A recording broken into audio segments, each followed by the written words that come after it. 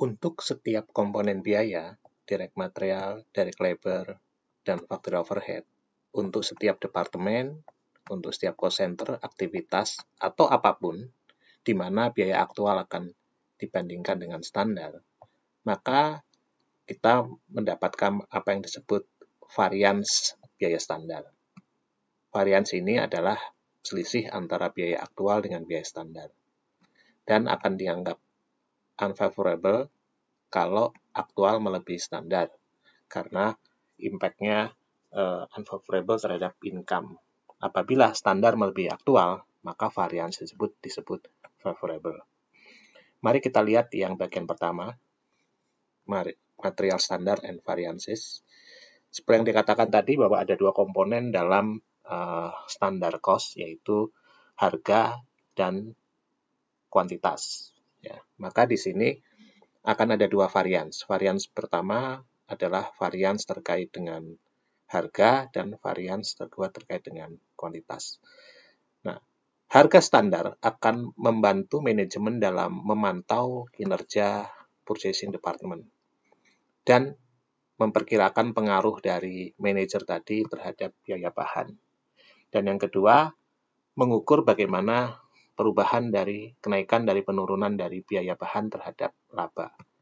Ya. Menentukan berapa harga pembelian yang dijadikan standar tidak mudah, karena harga beli itu dikendalikan oleh faktor eksternal di luar kemampuan manajemen. Ya. Nah, harga harus merefleksikan harga pasar berjalan, sehingga standar harus diubah apabila diketahui ada perubahan yang material dalam harga bahan-bahan yang kita gunakan. Umumnya, harga tadi ditetapkan di awal periode akuntansi, ya, dan digunakan sepanjang periode tersebut. Tentu saja dalam periode di mana harga pasar cenderung berubah, maka perlu adanya perubahan standar tadi lebih sering. Ya. Kalau harga aktual melebihi harga standar, maka varians harga muncul. Ya. Kalau dicatat ketika bahannya dibeli, maka namanya adalah material purchase price variance. Dan apabila varians ini dicatat ketika bahan dimasukkan ke dalam produksi, maka disebut material price usage variance.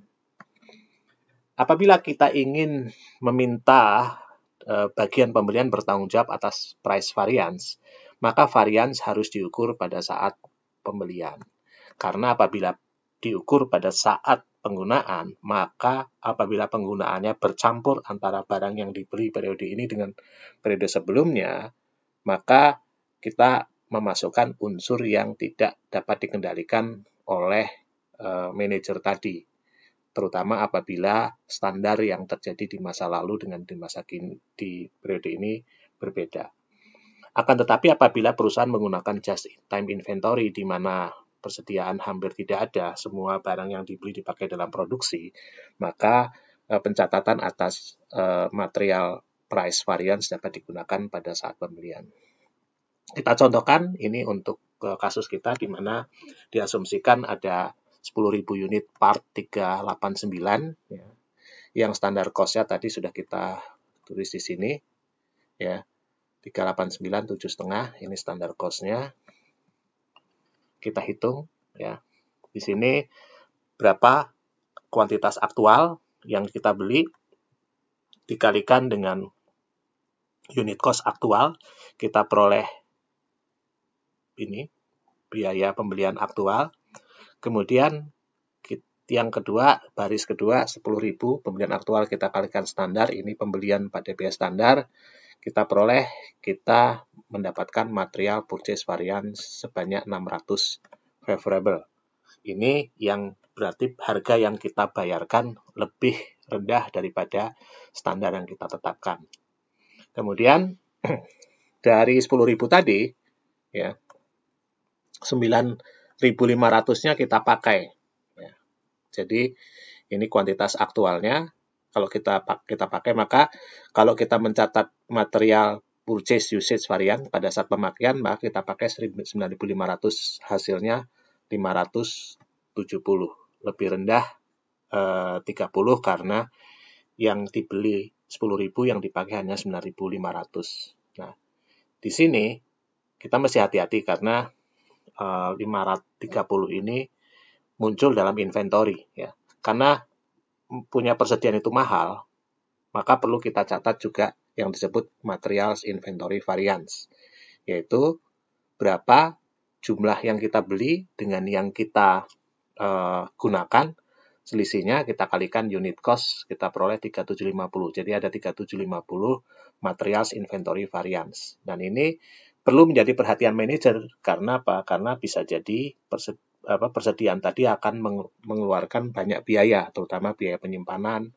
biaya-biaya yang terkait dengan persediaan. Yang paling baik adalah apabila memang tidak ada perbedaan antara yang kita beli dengan yang kita gunakan. Kuantitas standar biasanya disusun dengan berdasarkan spesifikasi yang disiapkan oleh engineer dan desainer.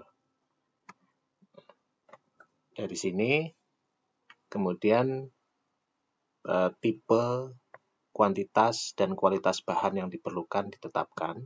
Ya. Ini ditetapkan setelah dilakukan analisis produk dan jenis bahan dengan kadar tertentu yang paling ekonomis dari ukuran, bentuk, dan kualitas. Ini yang ditetapkan. Nah, dari sini kita bisa menghitung yang disebut material quantity variance yang biasanya dihitung pada saat penggunaan dengan membandingkan berapa jumlah kuantitas aktual bahan yang digunakan dengan kuantitas standarnya.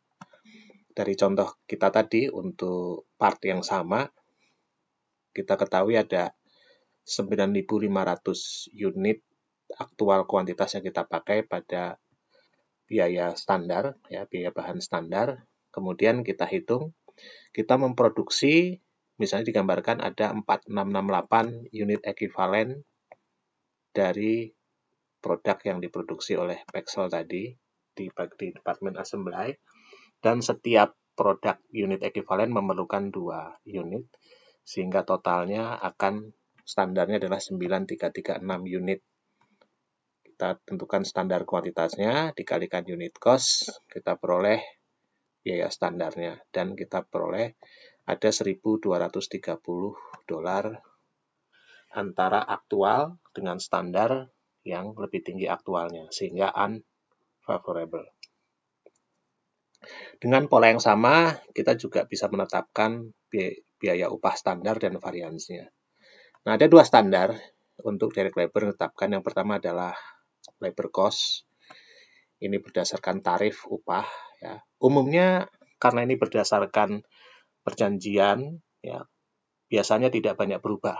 Ya, kecuali pada saat itu ada situasi yang luar biasa, kemudian terjadi perubahan pada labor rate. Jadi umumnya labor rate variance itu jarang terjadi. Jika terjadi biasanya untuk situasi jangka pendek, dalam hal ini misalnya mendadak ada situasi tertentu, misalnya seperti sekarang COVID-19 dan sebagainya. Nah, rate ini biasanya didasarkan pada pekerjaan yang dilakukan, jadi job rating. Ya. Kalau ada perubahan, maka segera dilaporkan, ya, tidak terjadi kesalahan.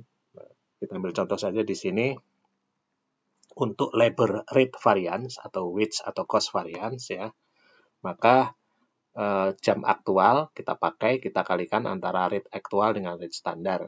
Di sini kita ketahui dalam kasus kita itu yang aktual lebih besar pada rate standar, sehingga unfavorable sebanyak 816. Ya. Ini biasanya terjadi karena situasi yang sangat spesifik tadi. Efisiensi variance didasarkan juga berdasarkan waktu pekerjaan standar yang biasanya ditentukan oleh engineer dengan menggunakan time and motion studies. Saja di sini ketika menetapkan standar harus ada hal-hal yang kita katakan allowance, misalnya capek, kemudian ada kebutuhan individu ingin ke toilet, kemudian beberapa penundaan-penundaan dalam proses pekerjaan yang normal, misalnya setup mesin dan sebagainya, itu semuanya kita masukkan ke dalam standar. Jadi ada allowance untuk inefisiensi, tetapi inefisiensi yang sifatnya normal. Nah, dari sini kita bisa menghitung labor efisiensi variance, ya. Cara menghitungnya adalah tadi dari angka sebelumnya, jam aktual dikalikan rate standar, dikurangi dengan jam standar dikalikan rate standar, sehingga kita peroleh labor efisiensi variance 1536 unfavorable. Metode menetapkan standar untuk factory overhead rates sama seperti yang dibahas dalam sebelumnya ketika menentukan predetermined overhead rates yang akan di-apply ke job atau produk. Pertama tentu saja budget FOH disiapkan ya, berdasarkan untuk setiap item di sana yang diharapkan akan terjadi pada setiap departemen atau cost center atau aktivitas atau apapun yang menjadi cost object ya. Nah, biasanya ditetapkan pada suatu tingkat level aktivitas tertentu yang disebut normal capacity atau dalam jangka pendek kita sebut expected actual capacity. Jadi ini tergantung kapasitas apa yang mau kita pakai, apakah normal yang sifatnya periodenya lebih panjang atau yang periode lebih pendek yang disebut expected actual capacity. Lalu untuk service department cost yang dianggarkan nanti dialokasikan ke departemen pengguna termasuk producing department, sehingga pada akhirnya nanti yang tersisa hanya cost yang dianggarkan termasuk alokasi ini di producing department. Dari sini kita bisa hitung berapa tarifnya tergantung dari bagaimana kita menggunakan cost drivernya, apakah satu ya hanya satu saja atau beberapa apabila kita menggunakan activity based costing ya. Nah, jadi polanya sama. Biasanya basis alokasinya tergantung daripada sifat dari setiap proses produksi. Pada umumnya kita bisa menggunakan direct labor hour, direct labor dollar, machine hour, direct material cost, unit of product, machine setups, quantity of materials, ya, number of requisition. Ya. Yang penting adalah ada dua hal yang harus diperhatikan. Yang pertama adalah bahwa kalau bisa memang basis tadi yang menjadi cost driver paling utama dari overhead. Ya. Kalau memang produksinya labor intensif, maka kita bisa gunakan direct labor hour atau direct labor cost. Tapi kalau banyak menggunakan mesin, mungkin mesin hours atau processing time lebih tepat untuk digunakan. Jadi ini yang penting harus kita perhatikan dalam hal ini. Pertimbangan kedua adalah pemilihan dari basis alokasi adalah aktivitas yang secara akurat dimonitor untuk setiap produk tadi. Tentu saja kalau bisa datanya sudah tersedia. Misalnya kalau memang cocok, kita bisa menggunakan direct labor cost karena itu sudah dihitung pada sistem akuntansi yang ada ketika kita menghitung payroll. Tetapi apabila tidak ada, maka harus kita siapkan. Misalnya apabila machine hours yang diperlukan, maka kita harus membangun sistem pengumpulan data yang bisa memunculkan data machine hours tadi. Jadi preferensinya gunakan informasi yang sudah ada, tapi kalau tidak ada dan itu lebih tepat, tentu saja kita harus menyiapkan sistem informasi sehingga kita menghasilkan data tadi. Nah, ini kita ambil contoh. Misalnya untuk assembly department dari Wilton Manufacturing Corporation itu yang disajikan pada exhibit 18.1 tadi. Ya, ini ini khusus assembly department. Kita bisa hitung, kita gunakan pada tarif yang pada tingkat 80%, 90%, dan 100% ya. Di sini kita bisa hitung untuk variable cost-nya itu 3 per direct labor hour. Ya. Kemudian fixed cost-nya relatif sama, ya, 19.200, sehingga kalau kita bagi dengan jumlah itunya, produksinya karena berdasarkan direct labor hour, ya, kita asumsikan kita gunakan yang 100%, maka kita dapat $3 per direct labor hour. Ya.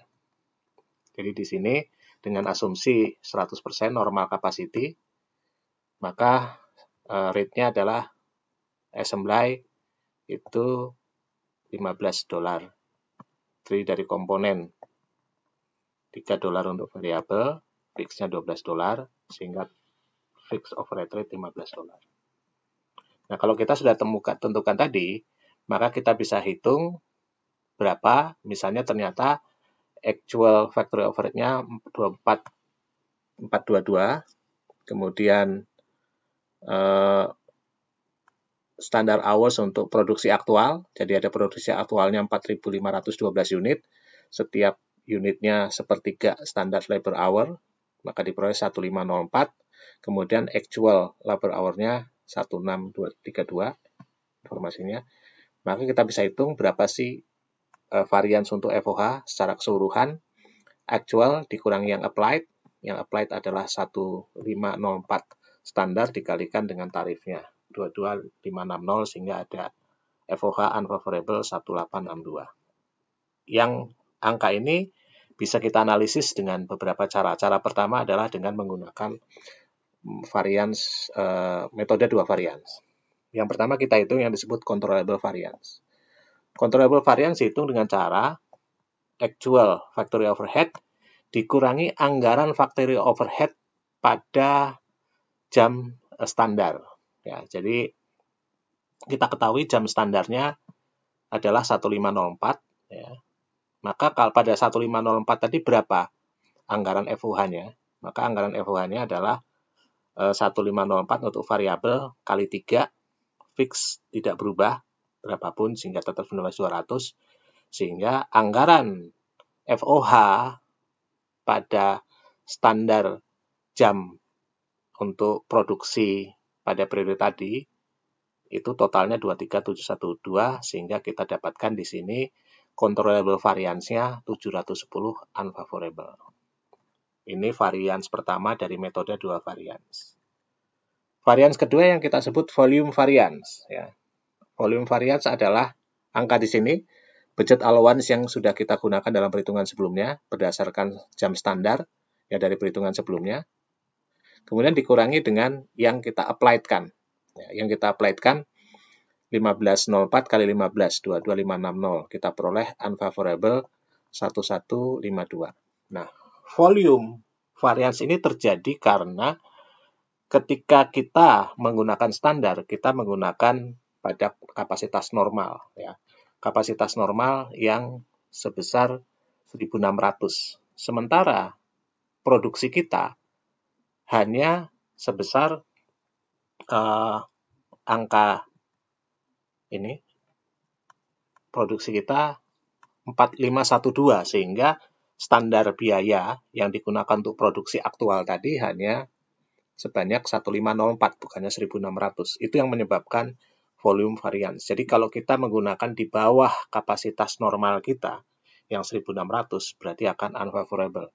Produksi yang aktual kita tidak setinggi yang kita tetapkan pada kapasitas normal. Nah, ini caranya adalah tadi ya, 1600 dikurangi 1504 sehingga kita tidak menggunakan kapasitas sebesar 96 jam, kalikan fixed overhead sama dengan volume variance. Ini cara ini ya. Cara yang kedua, jadi bisa aja dengan cara begini atau cara yang kedua ini.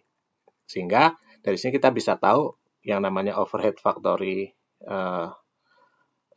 factory overhead variance secara total 18262 terdiri dari controllable variance 710 unfavorable dan volume variance 1152 unfavorable.